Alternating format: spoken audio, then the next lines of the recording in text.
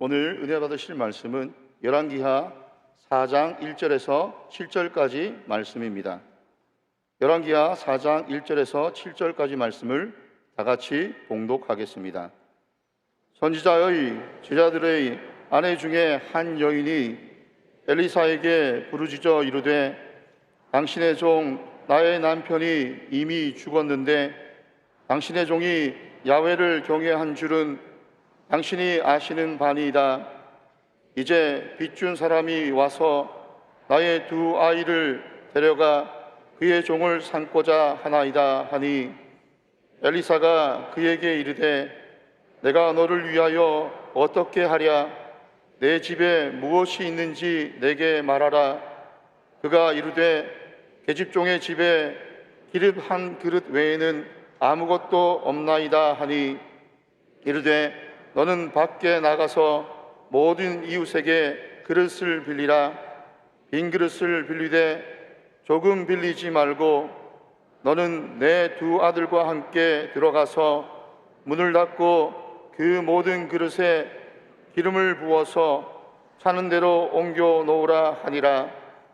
여인이 물러가서 그의 두 아들과 함께 문을 닫은 후에 그들은 그릇을 그에게로 가져오고 그는 부었더니 그릇에 다 찬지라. 여인이 아들에게 이르되 또 그릇을 내게로 가져오라 하니 아들이 이르되 다른 그릇이 없나이다 하니 기름이 곧 그쳤더라. 그 여인이 하나님의 사람에게 나아가서 말하니 그가 이르되 너는 가서 기름을 팔아 빚을 갚고 남은 것으로 너와 내 두 아들이 생활하라 하였더라. 아멘. 귀한 찬양을 감사드립니다. 믿음으로 고백합니다. 오늘은 참으로 좋은 날입니다. 우리 모두에게 좋은 일이 일어납니다. 기도하겠습니다. 사랑이 무한하신 하나님 아버지, 주님의 시간, 주님의 자리에 저희들이 모였습니다.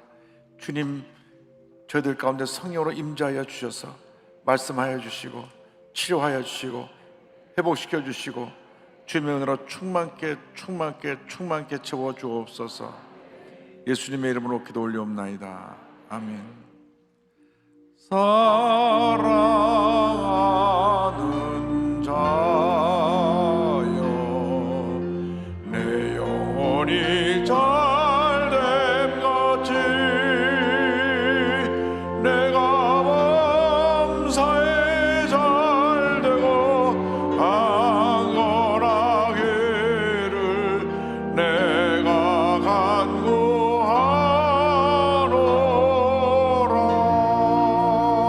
간구하노라. 아멘. 우리 고백대로 영혼이 잘된 같이 범사가 잘되고 강건하게 되는 은혜가 여러분 모두에게 임하기를 주님의 이름으로 축원합니다. 오늘 말씀의 제목은 절망을 넘어 희망으로입니다. 한번 크게 따라하세요. 절망을 넘어 희망으로. 절망을 넘어 희망으로.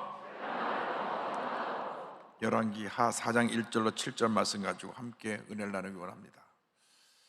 사람들은 절망적인 상황을 만나면 절망을 바라보고 주저앉습니다. 그냥 무너집니다. 그러나 우리 신앙인들은 절망적 상황이 다가오면 절망 속에서 희망을 봅니다. 믿음으로 일어납니다. 절망을 헤쳐나갑니다. 밤이 깊으면 새벽에 밝아오는 것입니다. 망고불변에 질립니다.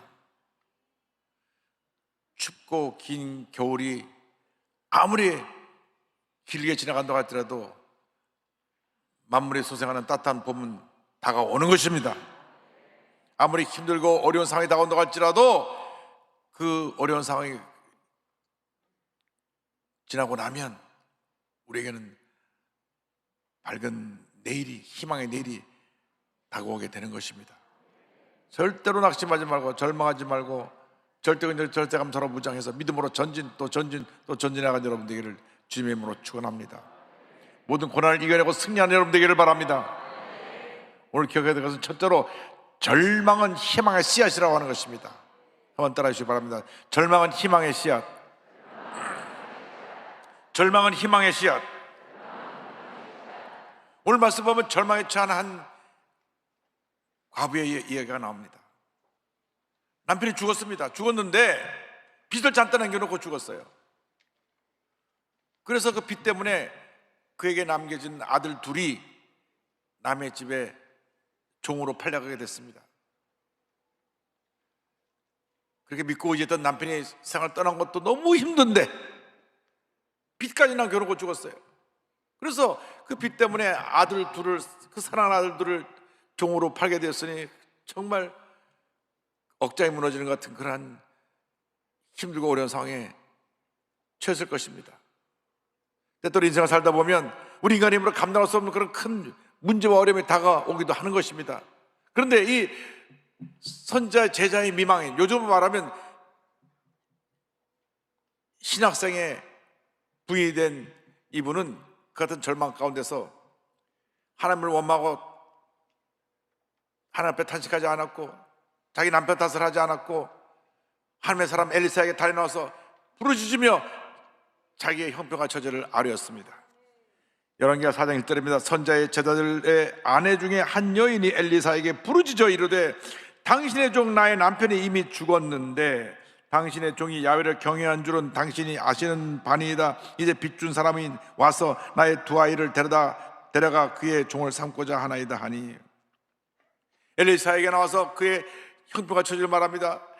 선생님이여, 선생님이여, 당신의 제자 중에 한 사람이 내 남편인데 잘 아시지 않습니까? 얼마나 하나님을 잘 섬기려고 노력했던 훌륭한 제자인 걸 아시지 않습니까? 그런데 내 남편이 죽고 빚만 남겨놓아서 내 아들 둘이 빚으로 팔려가게 됐습니다. 여러분, 어떠한 절망에 처해서 이 자리에 오셨습니까? 지난 3년 동안 너무나 힘들게 우리가 어려운 시간을 지내왔습니다. 경제적인 어려움에 조그만 구멍가게 하다가 그냥 가게를 닫아야 되고 직장이 없어서 하루하루 힘들고 어려운 시간을 보내야 됐던 그런 분들이 여기 계시지 않습니까?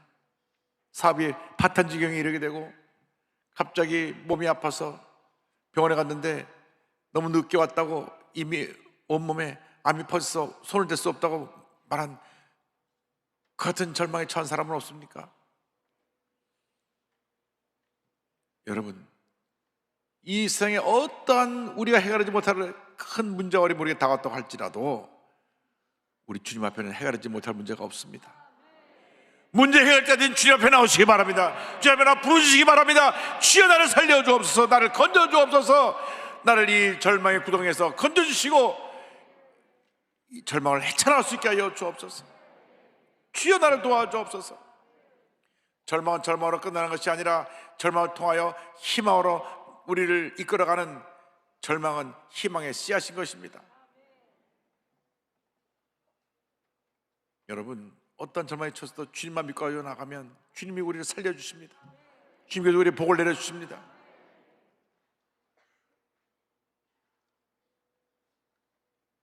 그런데 하나님께서 그 절망 상황에 우리가 갖고 있는 것이 무엇인가를 물어보십니다. 여기 4장 2절 보니까 엘리사가 그에게 이르되 내가 너를 위하여 어떻게 하랴? 내 집에 무엇이 있는지 내게 말하라. 그가 이르되 계집종의 집에 기름 한 그릇 외에는 아무것도 없나이다 하니, 그가 가진 것을 물어봤습니다. 하나님께서는 엘리야 선지자를 통해서 부족한 것이 무엇이냐 묻지 않으시고 가지고 있는 것이 무엇이냐고 물으셨습니다. 하나님은 전지전능하시고 무엇인지 할 수 있지만 먼저 우리가 가진 작은 것을 통하여 기적을 베풀기를 원하고 계시는 것입니다. 우리가 갖고 있는 것이 무엇인지 살펴봐야 합니다. 그 여인은 말합니다. 우리 집에 아무것도 없고 그냥 쓰다 남은 기름 한 병 있습니다. 하나님께서 우리에게 원하시는 것은 하나님 앞에 우리가 어떠한 모습으로 서 있느냐, 하나님 앞에 우리의 믿음의 모습이 어떠한가를 주님 물어보시는 것입니다. 우리에게 원하시는 것은 믿음입니다. 우리가 작은 믿음 하나만 갖고 있으면 어떠한 문제도 어려움도 절망도 이겨낼 수가 있는 것입니다. 우리가 가지고 있는 가장 작은 것, 정말 소중히 여기는 것을 주 앞에 내놓을 때 하나님께서 그것을 가지고 큰 기적을 베풀어 주시는 것입니다. 주님의 손은 기적의 손입니다. 축복의 손입니다. 창조의 손입니다. 은혜의 손입니다. 참으로 우리의 모든 문제를 해결하시는 은혜와 치료와 용서와 회복의 손인 것입니다. 주님의 손에 맡길 때 기적은 일어납니다. 모세가 애굽 사람을 쳐 죽이고 살인자가 되어 광야로 도망가서 40년을 살았습니다. 누구도 찾아오지 않은 광야에서 40년 동안 양을 치며 살았습니다. 80세가 되어 백발이 성성했을 때 하나님이 그를 찾아오셨습니다. 인생의 희망이 다 사라지고 이제 다 끝났다 할 때 주님이 우리에게 새로운 꿈과 희망을 주시는 것입니다. 80세가 된 모세에게 찾아오셔서 하나님 부르십니다. 출애굽기 4장 2절에 야훼께서 그에게 이르시되 내 손에 있는 것이 무엇이냐? 그가 이르되 지팡이니이다.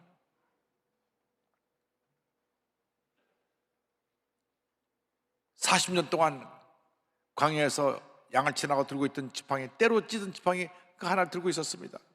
그런데 하나님께서 모세를 택하여 부르시고 난 다음 그 지팡이가 하나님의 지팡이로 변해서 홍해를 가리키니 홍해가 갈라지고 바위를 치니 물이 터져나오고 기적의 지팡이가 되었던 것입니다.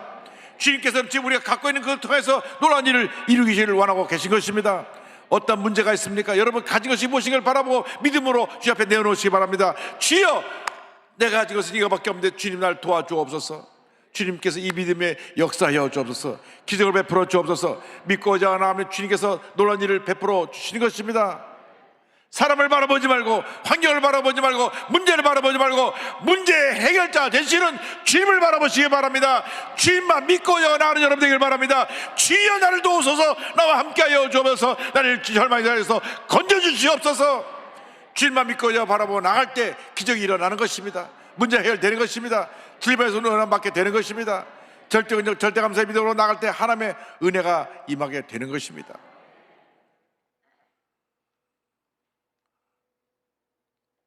지난주에 저희 교회 부형님 집을 신방을 갔습니다. 우리 교회에서 가장 어렵게 사는 분들 좀 신방을 가야 되겠다. 그래서 각 교구별로 신청하는 집을 신방을 가고 있는데 이 부형님이 뇌출혈이 와가지고 전혀 일을 못 하시니까 부인 되는 집사람이 나가서 온갖 고생을 하며 일을 하십니다. 하루하루 살아가는 것이 너무 힘듭니다. 그런데 유일한 기쁨이 교회 나서 예배 드리는 거예요. 할렐루야. 교회 나서 예배 드리는 거예요. 지역장님이 모시고 교회로 와서 예배 드리면 너무나 그것이 기뻐서 예배 드리는 시간만 그냥 손꼽아 기다립니다. 그래서 제가 와서 예배를 드리는데 2년 전에 그 부인이 꿈을 꿨는데 제가 집에 신방을 와가지고 신명기를 읽으라 그랬대요. 그래서 언제 우리 목사님 오시나 기도했더니 꿈이 이루어졌다고. 할렐루야. 그런데 예배 드리려니까 목사님 드세요 하고 군고구마 하나 하고 계란 2개 삶아서 내놨어요. 내가 그분이 가진 것을 다 내놓은 것 같아서 너무 감사합니다. 그 자리에서 먹지 못하고 그걸 받아고 집에 와서 먹는데 눈물이 나더라고요. 제가 이간질하면 이제 가는 데마다 군고구마 내놓을까 봐 걱정인데 안 내놓으셔도 됩니다. 참 귀한 믿음이에요. 정말 예배드리는 것이 가장 큰 기쁨이라고 합니다. 여러분 예배를 소홀하지 않게 되길 바랍니다. 예배를 위해서 정말 모든 정성을 다 기울이시길 바랍니다. 그 집사님 내가 그렇게 예배를 드리니까 하나님께서 복을 주셔가지고 그 마음에 기쁨이 있고 은혜가 있고 감사가 충만한 삶을 살고 계신 것입니다. 이제 날마다 건강도 주셔서 이제는 이전처럼 일도 잘할 수 있게 될 줄 믿습니다. 우리에게 있는 그 작은 것을 내놓을 때 하나님께서 복을 내려주시는 것입니다. 그 내놓은 그 믿음을 보고 하나님 역사하시는데 그 믿음이 바로 기적을 창조하는 믿음인 것입니다. 4장 3절 4절입니다. 엘리사가 이와 같이 말씀합니다. 이르되 너는 밖에 나가서 모든 이웃에게 그릇을 빌리라. 빈 그릇을 빌리되 조금 빌리지 말고 너는 내 두 아들과 함께 들어가서 문을 닫고 그 모든 그릇에 기름을 부어서 차는 대로 옮겨 놓으라 하니라. 가진 것은 쓰다 남은 기름 한 병밖에 없는데 엘리사 선자가 말하기를 나가서 그릇을 빌려와라. 모든 이웃에게 그릇을 빌릴 수 있는 대로 다 빌려고 와서 문을 닫고 그 빈 그릇에 기름을 부어라. 아니, 지금 남아있는 기름 가지고 그릇 하나에 부어도 그게 다 담길까 말까 하는데 빈 그릇을 잔뜩 갖다 놓고 부으라니요 라고 말할 수 있습니다. 그러나 믿음은 순종입니다. 순종하는 믿음이 기적을 만들어내는 것입니다. 이 여인은 순종했습니다. 빈 그릇은 바로 그의 믿음의 분량을 말합니다. 우리의 준비한 믿음의 그릇만큼 하나님께서 복을 내려주시는 것입니다. 절대적인 믿음으로 큰 그릇을 준비한 사람에게는 큰 복을 주시고, 작은 그릇을 준비한 사람은 작은 복을 주시고, 늘 불평하고 부정적으로 말하는 사람에게는 아무런 복도 내리지 아니하시는 것입니다. 주여, 우리가 오늘 주님 앞에 큰 믿음의 그릇을 내놓을 수 있게 하여 주옵소서. 주여, 그 빈 그릇에 주님 채워 주옵소서. 우리가 믿음의 입을 넓게 열어야 되는 것입니다. 시편 80편 10절입니다. 내 입을 크게 열라, 내가 채우리라. 내 입을 크게 열라, 크게 열라, 크게 열라. 믿음으로 입을 크게 열 때에 하나님께서 복을 부어주시는 것입니다. 입으로 늘 부정적으로 말하는 사람이 있어요. 전 뭘 해도 안 돼요. 그게 될 리가 없지. 자기 뭘 해도 안 돼요. 하나님이 함께 하시면 다 잘 될 줄로 믿습니다. 이래야 되는데 좀 뭘 해도 되는 게 없어요. 뭘 해도 되는 게 없죠. 밤낮 그러고 있으니까. 여러분, 믿음의 입을 넓게 열게 되길 바랍니다.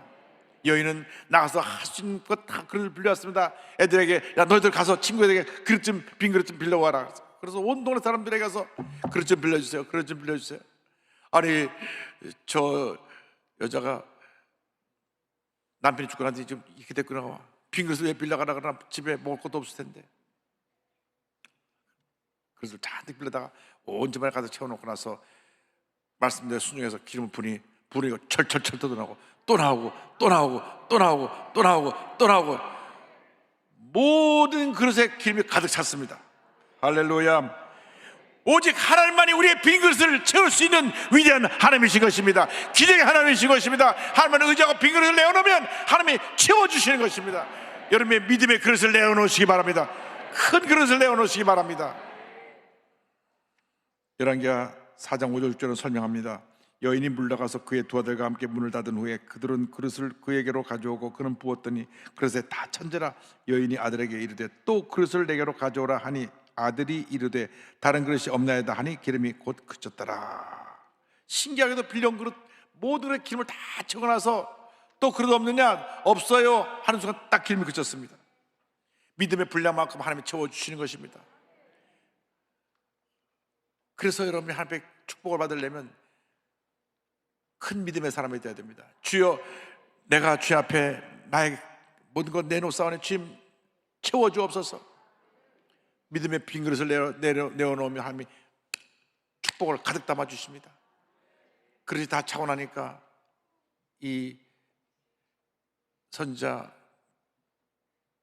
아내는, 생도 아내는 엘리사 선자에 가서 보고를 합니다. 4장 7절입니다. 그 여인이 하나님의 사람에게 나아가서 말하니 그가 이르되 너는 가서 기름을 팔아 빚을 갚고 남은 것으로 너와 내 두 아들이 생활하라 하였더라. 그래서 빚도 다 갚고 또 이제 그래서 아들도 팔려가지 않게 되고 또 기름이 많이 남아서 그걸 팔아가지고 와서 생활비로도 쓸 수 있게 되었습니다. 하나님께서는 어제의 문제, 오늘의 문제, 내일의 문제도 다 해결해 주시는 것입니다. 지금 우리가 어떤 절망에 처했다 할지라도 믿음의 그릇을 내어놓으면 오늘의 문제와 내일의 문제까지 다 주님이 해결해 주십니다. 주님은 기적의 하나님이시오, 능력의 하나님이시오, 축복의 하나님이신 것입니다. 믿음으로 순종해서 빈 그릇을 내어놓으면 하나님이 채워주십니다. 하나님의 기적을 베풀어 주시는 것입니다. 제일 중요한 것은 이러한 축복을 받기 위해서 우리가 믿음의 사람이 되어야 됩니다. 믿음의 사람. 늘 염려하고 걱정하고 불평하면 절대로 복을 받지 못합니다. 되던 일도 안 됩니다. 똑같이 신앙생활에도 늘 감사하는 사람은 하는 것마다 잘 되지만 늘 불평하고 이것이 없습니다, 이것이 없습니다, 없는 얘기만 하는 사람은 되던 것도 안 됩니다. 여러분, 있는 것으로 감사하시길 바랍니다. 주님, 나와 함께 하여 주셔서 내가 지금 예배드릴 수 있는 건강 주신 것 감사합니다. 내가 오늘 하루 세끼 먹을 밥, 식량 있는 것을 감사합니다. 있는 걸 감사해야 돼요.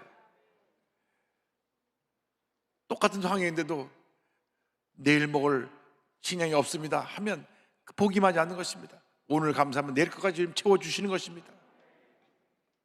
그리고 그 믿음은 염려하지 않는 마음의 평안함으로 찾아와야 되는 것입니다. 나의 마음속에 늘 평안해, 평안해, 평안해. 어떤 문제가 다가오고 절망이 다가오고 환난이 다가와도 마음이 평안할 때 하나님께서 크게 복을 내려줄 줄 믿습니다. 내 딸을 잃고도 감사하며 찬송을 지은 호레시오 스페포드라고 하는 분이 있습니다. 이분은 1860년대 시카고의 법무법인 로펌의 대표였고 린드 대학교와 시카고 의과대학의 법리학 교수였으며 노스웨스트 장로교 신학교의 이사 및 운영위원이었습니다. 부흥사 무디를 도와서 그 재정을 후원하고 교회도 열심히 섬기는 신실한 집사님이셨습니다. 그런데 1871년 시카고 대화재가 일어났습니다. 그래서 10만 명 이재민이 나오고 약 300명이 불에 타 죽었습니다. 그런데 그가 그때까지 벌었던 모든 돈을 모아서 잘 지은 대저택도 함께 잿더미가 되었습니다.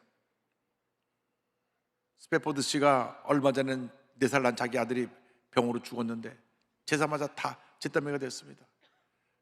마음에 환난과 고통으로 인한 절망의 모습이 없는 것이 아니었지만 그 가운데서도 주님만 바라보았습니다. 믿음으로 다시 일어났습니다. 절망의 자리에 주저하지 않고 일어났습니다. 그리고 제일 먼저 생각한 것은 교회도 불에 탔기 때문에 어떻게 해야 빨리 교회를 복구해서 다시 지을까. 자기 집 탄 거는 두 번째 문제고 교회가 불났기 때문에 시카고의 대부분 건물이 다 불이 탔는데 교회를 어떻게 하면 다시 지을까. 동무소주하면서 교회 건축할 것을 위해서 노력을 했습니다. 근데 그 안나 스페포드라는 부인은 교회학교 교사로 봉사하고 열심히 썼는데 아들도 죽고 전 재산이었던 집도 다 잿더미가 되니까 마음이 너무나 힘들었습니다. 그러니까 몸도 약해졌습니다. 의사가 와서 아유 이제 모든 거 좀 쉬고 좀 안정적으로 저 몸을 추스려야 되겠습니다. 이 얘기를 했습니다. 근데 마침 영국에서 D.L. 무디 부흥사께서 큰 부흥회를 열기로 예정되어 있어서 잘 됐다. 이번 참에 우리가 온 가족이 좀 유럽 여행을 다녀오면서 좀 쉬고 또 영국 가서 부흥회도 참석하자. 그래서 프랑스 여객선에 온 가족이 함께 타서 그 유럽 여행을 다녀오기로 했습니다. 그런데 같이 배를 타고 출발하라고 했는데 시카고 대화재로 인해서 여러 가지 처리해야 될 일이 갑자기 생겨나서 그 배에 먼저 부인과 내 딸을 실어 보냅니다. 프랑스에서는 빌드 아브르라고 하는 배를 타고 1873년 11월 15일 날 313명을 태운 배가 대성을 향해 떠납니다. 근데 일주일 후에 11월 22일 모든 승객이 잠든 새벽 2시 이 프랑스 여객선이 영국 범선 로크언호랑 충돌해서 배가 30분 만에 금방 가라앉게 됐는데 226명의 승객이 목숨을 잃었습니다. 의식을 잃었던 부인은 로크언호의 구조원에서 구조되지만 그의 4딸 12살 난 애니, 7살 난 맥이, 4살 난 베시, 18개월 된 타니타가 모두 목숨을 잃었습니다. 사고 난 소식 듣고 애타게 소식을 기다리던 스페포드 씨가 영국에서 보내온 부인의 전보를 받고 너무 충격을 받았습니다. 혼자 살아남았음. Saved alone. 사랑하는 내 딸을 잃어보고 나서 너무나 슬펐는데 그럼에도 불구하고 많은 사람들이 찾아와서 같이 염려해 줄 때 이런 말을 했습니다. 내게 어떤 고난이 닥쳐와도 주님을 의지하게 되어 기쁩니다. 그래서 아내를 데려오기에 다시 배를 타고 영국을 향해 가던 중에 선장이 그를 부릅니다. 지금 우리가 지나가는 이것이 사고가 나서 아이들이 타고 있던 배가 침몰한 곳입니다. 그 말 들으니까 막 가슴이 미어집니다. 선실에 들어와서 그냥 밤새 부르짖어 기도합니다. 눈물로 기도하며 이렇게 하나님께 말했습니다. 주님, 저는 주님의 일을 가장 귀하게 여겼고 주님을 사랑했습니다. 그런데 왜 이런 고통을 주십니까? 이제 어떻게 살아야 합니까? 밤새 기도하는데 환하게 동이틀 물려 하는 말씀이 맺습니다. 열왕기가 엘리사 선지자에게 수넴 여인이 자기 아들을 잃고 달려가는 모습을 생각하게 하시면서 말씀을 주셨습니다. 그때 성경을 보면 엘리사가 보니까 수넴 여인이 막 저리 달려오니까 그 사환 게하시에게 너 달려가서 물어봐라. 그것이 열왕기하 4장 20절입니다. 너는 달려가서 그를 맞아 이르기를 너는 평안하냐? 내 남편이 평안하냐? 아이가 평안하냐? 하라 하였더니 여인이 대답하되 평안하다 하고, 그런데 자기 아들이 지금 죽어서 그를 보고하러 엘리사에게 달려오는 이 여인이 평안하냐? 할 때 평안합니다. 내 마음이 너무 슬퍼 죽겠습니다. 말하지 않냐고 평안합니다. 대답을 했습니다. 그때 그 여인이 대답한 평안함이란 그 고백이 이 스페포드스에게 임했습니다. 하나님 주신 평안함이 마음 기쁜 것이 임해서 너무나 주님 주신 평안함에 대해서, 은혜에 대해서 감사하기 시작했습니다. 그래서 가판에 나가서 바다를 보면서 지은 찬송이 찬송가 413장입니다. 자기 인생을 돌아보면서 때때로 잔잔한 강같이 평탄하게도 했고 큰 풍부가 다가오는 어려운 한계에 처했음을 생각하면서 1절을 짓습니다. 1절 원문이 이렇게 되어 있습니다. 내 인생길에 강같은 평화가 흘러들 때도 When peace like a river attends my way, 거친 파도 같은 슬픔이 몰아칠 때에도 When sorrows like a sea billows roll, 내 인생이 어떻든지 주님 날 이렇게 말하도록 가르치셨네. Whatever my lot thou hast taught me to say, 평안해요, 평안해요, 내 영혼이 평안해요. It is well with my soul.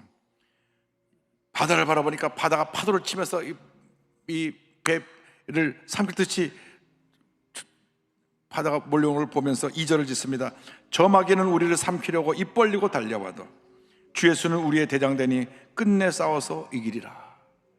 자기 자신을 바라보면서 3절을 짓습니다. 내 지은 죄 주홍빛 같더라도 주 예수께 다 아뢰면 그 십자가 피로써 다 씻으사 흰 눈보다 더 정하리라. 눈을 들어 하늘을 바라보니 저 멀리 문개구름이 보이고 그 문개구름 사이로 내 딸이 아빠 하고 손을 드는 것 같은 그런 모습을 느낌을 받았습니다. 그래서 4절을 짓습니다. 저 공중에 구름이 일어나며 큰 나팔이 울릴 때에 주 오셔서 세상을 심판해도 나의 영혼 겁 없으리. 이 찬송이 무디 부흥사의 찬양사역자였던 필립 블리스에 의해서 곡이 붙여져서 1976년 무디 사역자의 또 찬양 사역자였던 생키가 찬송집에 만들어가지고 전 세계 사람들이 가장 많이 은혜 받는 찬송으로 탄생하게 된 것입니다. 그 후로 1881년 이 스페포드 씨는 부인과 다시 태어난 아이들을 데리고 두 아이를 데리고 이스라엘 예루살렘에 가서 한평생 고아와 가난한 사람들을 섬기며 살았습니다. 그에 남겨진 찬송이 절망에 처한 수많은 사람들에게 희망을 주고 꿈을 주고 평안함을 갖다 주었습니다. 절망은 희망의 씨앗입니다. 절망의 때 내가 가진 작은 것을 드리면 그 믿음을 모시고 하나님의 위대한 역사로 우리에게 함께 하시는 것입니다. 어떤 어려움이 다가와도 문제가 다가와도 낙심하지 말고 포기하지 말고 약속 말씀 붙잡고 믿음으로 전진 또 전진 또 전진하는 여러분들 되시기를 주님으로 축원합니다. 내 평생에 가는 길 순탄하여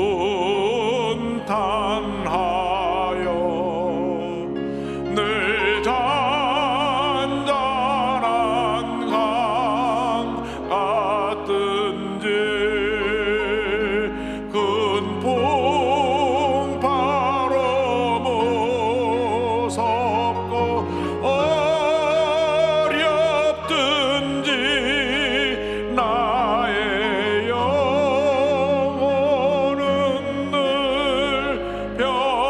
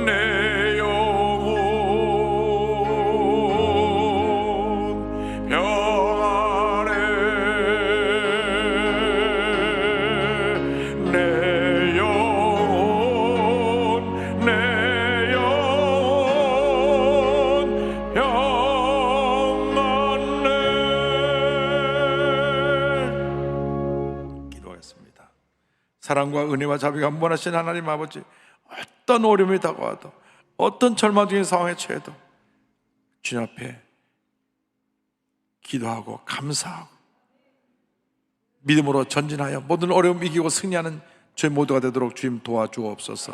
함께하여 주옵소서. 예수님의 이름으로 기도 올리옵나이다. 아멘. 아픈 자리에 손을 쥐고 문자손 가지면 가슴에 손을 꽂기도 합니다. 사랑이 모신 하나님 아버지, 믿음으로 손을 져 싸우니 안수하여 주시옵소서.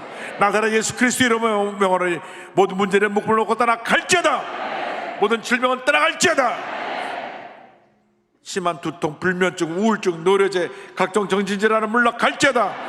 눈과 코와 입과 귀와 목의 질병은 떠나가라. 어깨, 척추, 허리, 관절의 병이 물러갈지어다. 심장병, 위장병이 떠나갈지어다. 고혈압, 당뇨가 물러갈지어다. 악성 종양과 암은 떠나가라.